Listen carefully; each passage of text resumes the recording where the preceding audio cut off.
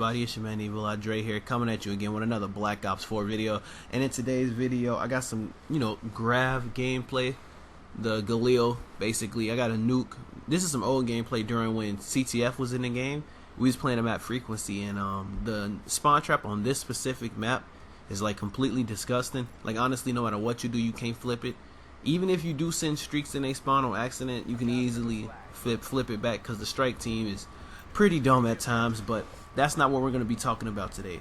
In today's video, I want to talk to you guys about Modern Warfare, and I want to talk to you guys about that little 2v2 stream that we have saw, and my opinions personally of both gameplay and what we saw and how it was displayed to us.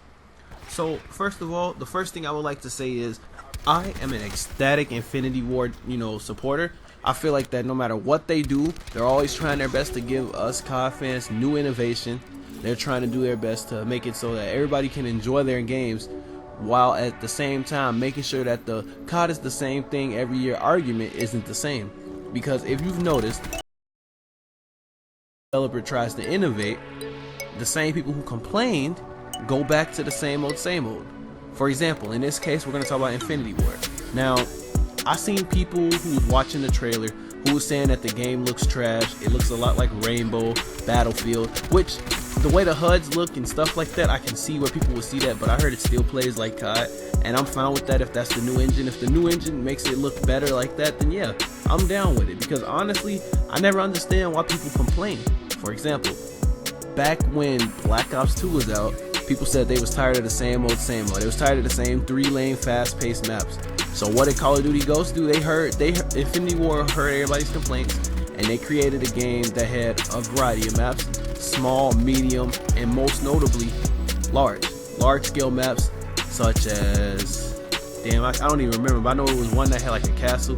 That was probably the most iconic out of all of them. But a lot of times people get dicked for innovation. They got dicked for that because nobody really enjoyed that. Nobody enjoyed the fast time to kill, which made everybody go back to Black Ops 2. Now, at this point, people were still in that phase where Treyarch was the developer that could do no wrong. Although, in my opinion, as great of a game Black Ops 2 is, there's a lot of flaws that I feel people just overlook due to the fun aspect of that game.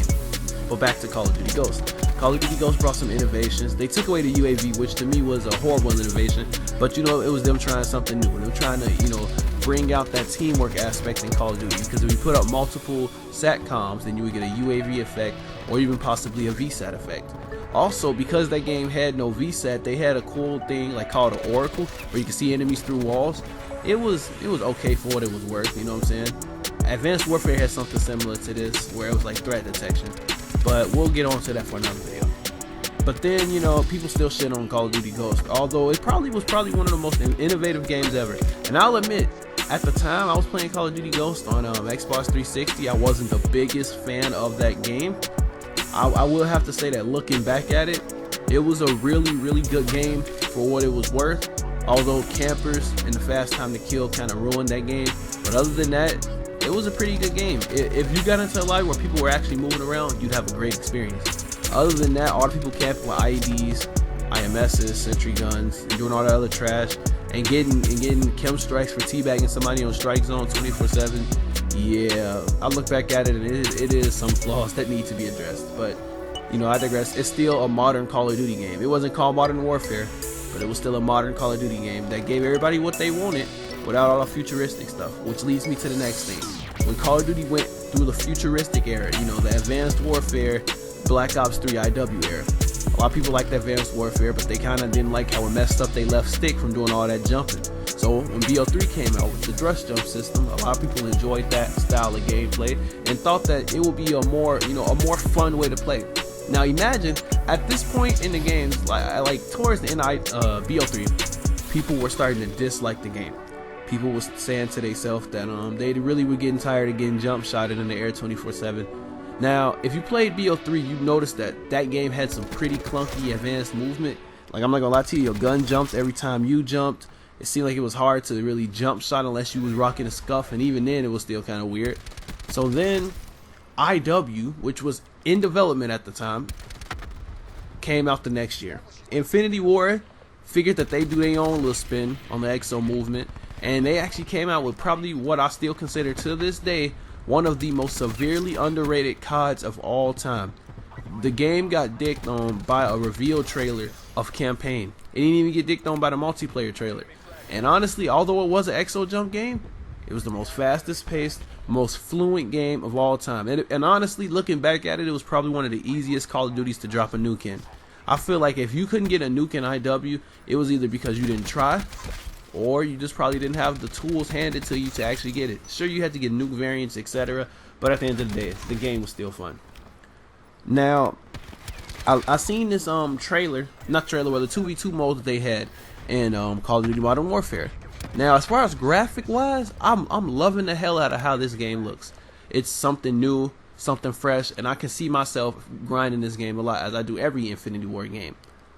Now, I was looking at the movement, and I was thinking about myself, like, the movement looks different, but I feel like it only looked like that because of the way that it looked on stream. I'm sure it's a lot smoother than what they showed us, and also I feel like a lot of times people don't remember that we were watching only a 2v2 game mode.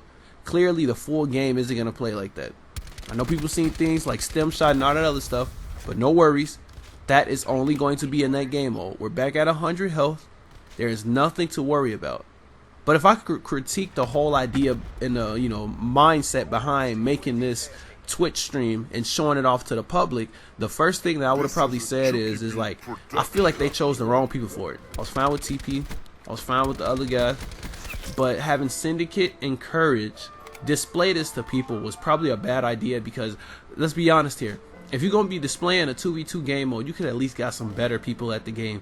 Because that shit was starting to get kind of boring to watch. You had Courage overreacting every single time, and it's not fun. Nobody wants to sit here and watch somebody who suck at the game.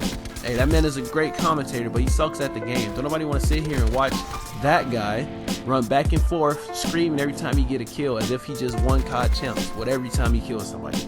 In my opinion, personally, that was probably the worst decision they made. But we don't get a real reveal trailer until August 1st. And when that comes out, I'll actually cover that. But in my opinion, personally, I think that it's going to be a promising year for Call of Duty. Everybody wanted different stuff. They didn't want people constantly being able to run around at fast-paced speeds. I am a little worried because there are a lot of head glitches, but then again, those are just the 2v2 maps, so maybe the regular maps aren't built like that. I can't wait till we see more streaks.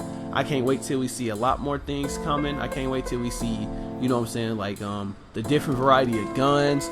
Can't wait till we see the nukes, because I ain't gonna lie to you, when Modern Warfare comes out, oh, it's over with. It's just like the IW days on my channel again. I'm gonna have a nuke video pretty much every other time I post, and I can't wait. The one thing that I was really excited for when I seen gameplay of this game, guns have recoil again. Thank you.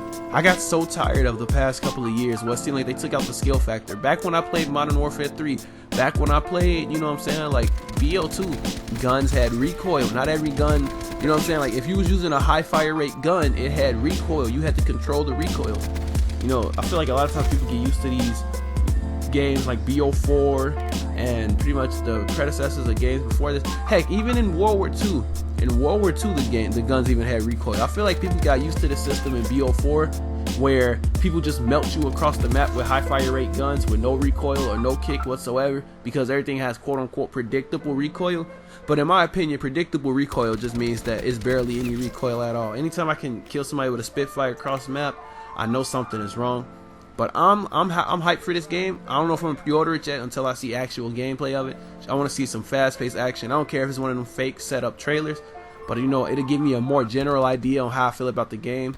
But honestly, I think this is gonna be a good year for Call of Duty, boys, and I can't wait to post videos of Modern Warfare on the channel. And with all that being said, guys, I know I'm kind of late covering this, but I figured I'd go ahead and talk about it now. And my name's Evil Dre. Smacking lobbies is my hobby. If you enjoyed the video or have your own opinion on Modern Warfare, please be sure to drop a like, subscribe, turn on notifications if you're new. And with all that being said, guys, I will see every one of you in the next video. Peace out.